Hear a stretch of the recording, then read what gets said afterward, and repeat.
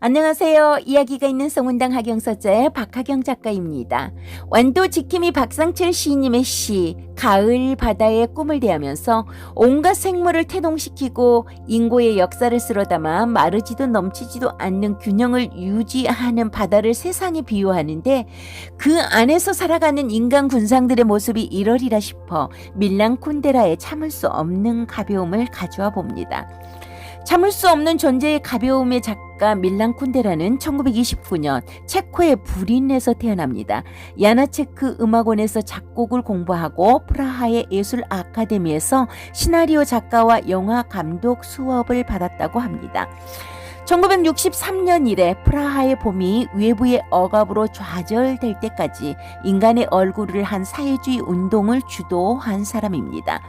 1968년 모든 공직에서 해직당하고 저서가 압수당하는 수모를 겪으며 프랑스로 망명하죠. 작품으로는 농담, 생은 다른 곳에, 불멸, 이별, 느림, 정체성, 향수, 참을 수 없는 가벼운 존재 등의 역작들이 있습니다. 오늘 소개할 참을 수 없는 존재의 가벼움은 1984년 작품입니다. 이 책을 잘 이해하려면 시대적 배경인 프라하의 봄에 대해서 어느 정도 알아야 이해가 쉽거든요. 프라하의 봄은 1968년 체코슬로바키아에서 일어난 민주자유화 운동입니다. 1. 재판의 독립, 2. 의회 제도의 확립, 3. 사전 검열제의 폐지, 4. 민주적인 선거법 제도의 창설 등 11가지의 개혁 조치를 주장하면서 인간의 얼굴을 한 사회주의라 칭하며 언론, 집회, 출판 등을 자유화로 이끌었던 개혁 시기를 프라하의 봄이라고 합니다.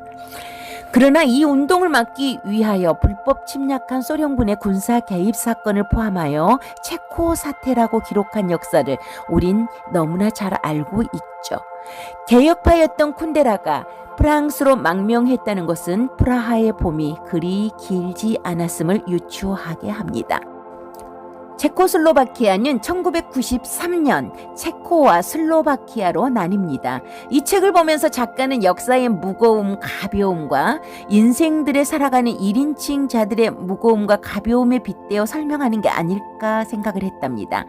체코의 외과 의사인 토마시는 외과 과장 대신에 시골의 작은 마을로 왕진을 가게 되는데 그곳의 식당 종업원인 테레자를 만나게 되죠. 테레자는 토마시에게 운명적인 끌림을 느끼게 되고 그녀는 무작정 토마시를 찾아 프라하로 가고 토마시는 테레자를 받아들여 자신의 아파트에서 동거를 시작합니다. 그런데 토마시는 한 여자와 오래 살 수 없는 여성 편력을 가진 사람이었죠. 이는 그가 전 부인과 아들을 버려두고 이혼하게 된 이유이기도 했습니다.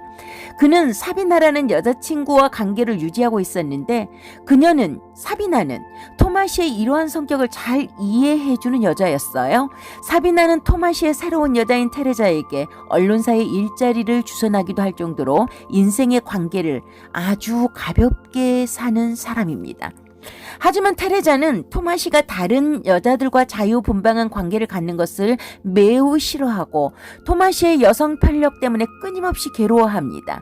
토마시는 테레자의 괴로움을 달래주기 위해 그녀와 결혼하고 카레닌 강아지를 선물하기도 하죠. 한편 당시 공산당 제1석이었던 둡체크를 중심으로 프라하에 불고 있던 민주화 바람을 진압하기 위해 소련군이 침공합니다. 토마시와 테레자, 사비나는 소련군 치하의 고국을 떠나 스위스로 이주합니다. 스위스로 이주하고 나서 어느 날 테레자는 돌연 프라하로 돌아가는데 그녀를 그리워한 토마시도 프라하로 되돌아가죠. 토마시는 과거의 한 신문에 공산주의자들을 비판하는 글 오이디푸스 신화를 쓴 것이 문제가 되어 의사생활을 계속할 수 없는 상황이 되고 시골 마을의 일반인을 생활하다가 결국에는 창문 닫기가 됩니다. 그러던 어느 날 토마시에게 그의 아들, 오랫동안 연락이 되지 않았던 아들이 찾아옵니다. 아들은 토마시에게 정치범의 석방을 요구하는 탄원서에 서명해 줄 것을 요구하는데 토마시는 고심 끝에 그것을 거절하고 말죠. 그 와중에도 토마시는 주체할 수 없는 바람길을 보입니다. 다른 여성의 퇴치를 느끼게 된 테레자는 괴로워합니다.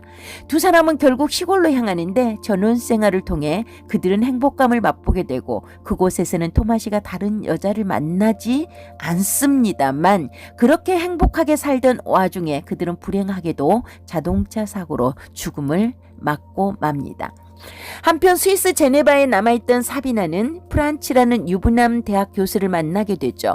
프란치는 사비나를 사랑하게 되고 마침내 그는 가정을 버리고 사비나와 결혼하려 하는데 사비나는 한 남자의 아내로 살고 싶은 생각이 없었기에 프란치를 떠나 미국으로 갑니다. 사비나를 떠나보낸 프란치는 자기를 연모하는 큰 안경을 쓴 어린 여학생과 동거 생활을 하게 되고 그 후 전쟁으로 고통받던 캄보디아에 의료 봉사를 떠나게 되는데 그곳에서 그는 강도를 만나 습격을 당하고 죽게 됩니다. 주인공들이 너무 쉽게 죽어서 어쩌면 허무하게 죽어서 잊혀지지 않는 소설, 참을 수 없는 가벼운 존재였습니다. 이 세상엔 정말 무거운 사람도 있고 참을 수 없는 가벼운 존재들도 있겠죠. 완도지킴이 박상철 시인님의 가을 바다의 꿈을 백미숙 시낭송가님이 들려드립니다. 가을 바다의 꿈. 해심 박상철. 알알이 꽉 찬 풍성한 열매 맺어놓고 형형색색으로 옷을 지어 입은 산. 결실의 잔치로 기쁨 가득. 해국과 바위구절초 만기한 객가도 춤추는 가을날. 숱한 질곡의 세월 태풍으로 핥혀낸 자리 쓰다듬어 파도로 철썩이는 안반에 가을 바다는 요술처럼 해초의 싹을 피운다. 썰물에 드러난 갯가에 다투어 자라나는 해초. 경이로운 풍강 북쪽에서 온 해풍도 등 다독이고 부지런한 어촌마을 새벽을 사겨낸 샛별 아래 가을 바다는 벅찬 희망으로 해초를 키워내고 있다. 내년 봄이면 녹아내릴 해초. 짧은 향연일지라도 파도와 조류로 훈육하고 다듬어 순응한 몸을 기른다.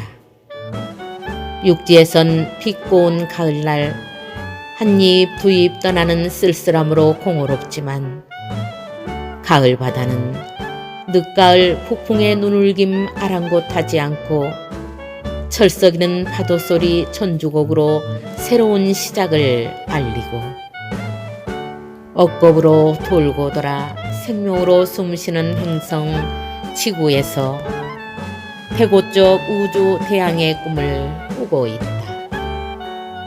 새로운 탄생을 보듬고 영원히 고픈